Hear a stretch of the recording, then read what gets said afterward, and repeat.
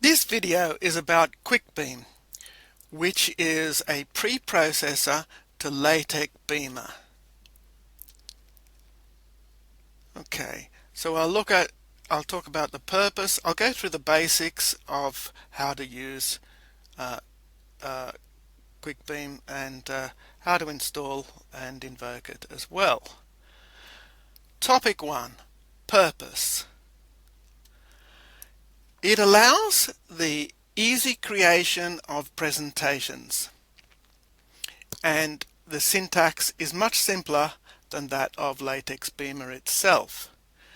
So Quickbeam takes care of nested bullet points and enumeration, also images and background color, but it doesn't do much else. The output from Quickbeam is processed by Latex Beamer, which does everything else, such as the equation editor, tables, fonts and background images. And if you're familiar with Latex Beamer, you can set up a page to be any size, color, with any background images and so forth. Okay, this slide here, the code for that slide here is like this in Quickbeam. And you can see it looks very much like the resulting slide itself. Okay, so it should be fairly intuitive because it looks like the output that you want in general. Topic 2, basics. So here is, for an example of Quickbeam source, we have the code for this slide is at this URL, and here I have a copy of the code for this slide here, and you can see you can see it. I also want you to notice that there is a what we call a preamble. It's the Latex Beamer preamble, which Quickbeam doesn't interfere with, and we'll see why. Comment lines. Comment lines are any lines beginning with a double slash, and such lines are ignored by Quickbeam and they're not passed on. Literal lines that begin with a hash, are also ignored by Quickbeam, and they are passed on. They're passed on, and you can use it to give your Latex Beamer material for the header, the tables, any other feature that Quickbeam does not provide, and that's a lot. There is a mandatory preamble. Okay. There are some things that you need to have in the preamble, and these are some of them. We'll talk about some things to expect in that mandatory preamble later. The important thing to notice is each line begins with the hash, means that this preamble is passed to Latex Beamer and ignored by Quickbeam. Frames. Now, frames or slides are separated by blank lines. So the Quickbeam source code has blank lines and they separate frames. So therefore a blank line cannot exist within a frame, within the code of a frame. And if you need them, then you need to use comments or literal lines. Each frame begins with a page header, and each header is followed by an underline that consists of minus signs. So let's take a look at it. On this image here, we have the code for 3 slides, and it's this particular slide here is the 3rd slide, and so this is why you see this code, this text here. Now you can see that each frame is separated by a blank line, and Each frame has a heading followed, which is underlined by minus signs, and the code for the frame follows. Topic 3. Bullet points. Lines beginning with an asterisk are bullet points, and the asterisk is preceded by 0 or more tabs. So the amount of tabs in front of the bullet point gives the bullet point level. Okay, so here we have let's also talk about enumerated points. If we use a plus sign instead of an asterisk, instead of a bullet point, you'll get the points numbered. Topic 4. Images and columns. Images are specified on a single line, just like this. At image, okay, so at the beginning of the line you have this, followed by the name of the file containing the image, and that file must exist in the directory called images. And we have the scaling factor, the floating point scaling factor, that adjusts the size of the image. Okay.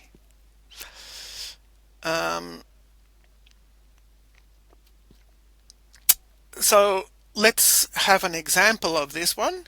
Here's a frame or a slide, the Beamer code from the slide, and you can see by the heading and the text here that that this is the code for this particular slide. And we've got the add image followed by the name of the file, the name containing the image, and the scaling factor, and it brings it all together like that.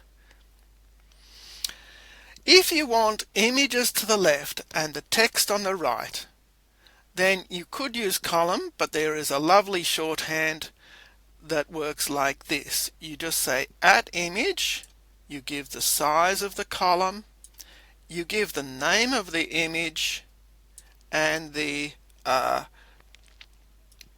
scaling factor for the image. There is an image left, but there is no image right. So here is an example of using image left. So this is the code for this particular slide. You can see that the heading matches, and these bullet points match that. And we have at image left, the width of that column, and the name of the file followed by the scaling factor for the image. So image left is a shorthand. It's equivalent to using columns. So we can say at column width. Let's talk about columns in the next slide. Okay. So for all but the right hand column, we have an at column followed by the width of that column. So the things that follow go into the column with width, that width. But the last column you don't specify the width. Okay, that's because Quickbeam is able to calculate the remaining width and use all of it. Now you can't use image left in a column because image left is already using columns. Okay, so here's a demonstration of using columns, and you can see I'm using it to put an image on the right. Okay, so here's another example of using columns.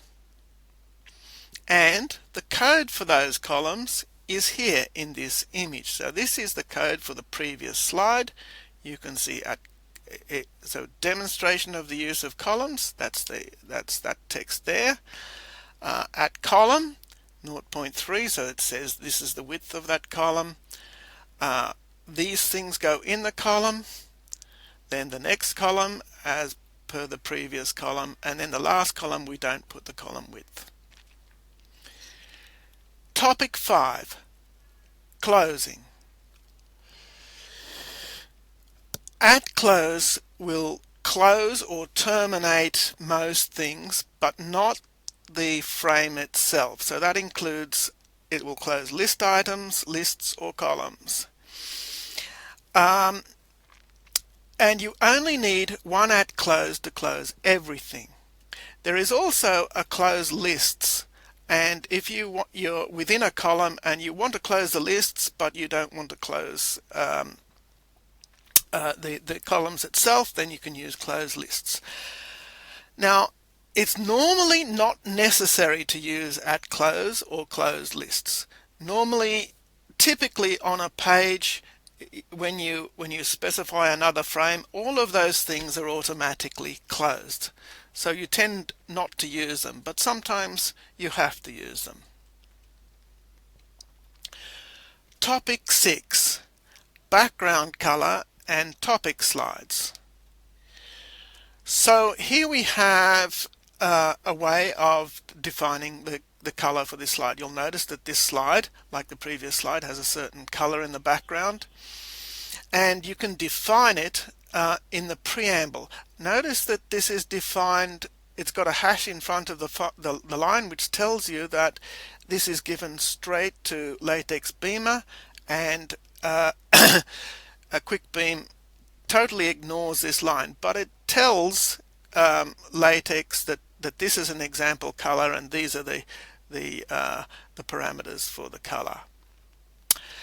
But Quickbeam, once you've done that, you can use at background color. Okay, there's this thing with the at background color and followed by the example color, and the name of the color has to match. Okay, so this line at background color can go anywhere in the frame after the underline, and the line consists of just those two things. Quickbeam provides a shorthand for topic slides. Okay, now it's fairly limited, and Latex Beamer can do anything. It's quite complete. If you want fancy images as the background for your topic slide, whatever, you can do it in Latex Beamer. But if your needs are very simple, Quickbeam provides this at topic followed by one argument, the text of the topic. Okay, notice the text of the topic is in quotes, making these 4 words into a single argument. At topic is used in place of a frame or slide. So it is a frame or a slide, okay, but you don't put a heading or anything. You just say you just have a blank line, and then you have your at topic line as shown above, and then you have another blank line because that's the end of that frame. Blank lines and tables. Okay, I've said you can't have blank lines in the code of Quickbeam code. You can only have comment lines. If you want blank lines, then Quickbeam doesn't support it, but of course Latex Beamer supports everything. So you can just use, for example here, I've used Big Break, which is part of Latex Beamer, and the end result is that this gets a blank line. Okay, is there anything more to say? I think it's quite clear. Like blank lines, Quickbeam has no feature to support tables. So here's an example of a table, and of course Latex Beamer is the one that does that. So I could put hashes in front of all of this, but in fact it's generally not necessary because Quickbeam passes most things to Latex Beamer anyway. So I've got here some bullet points, and those are those bullet points here. Here's the at close to close my bullet points, because otherwise this whole thing would be supposedly in this bullet point there. And then I use the normal thing in Latex Beamer to produce the table. And you can see here are the contexts of the table: real, symmetric, complex, symmetric, and so forth. Okay. All right. So this is the code for that previous slide. Topic 8, invocation. Now, Quickbeam is a very basic program. It reads from standard input and writes to standard output. And you have to let your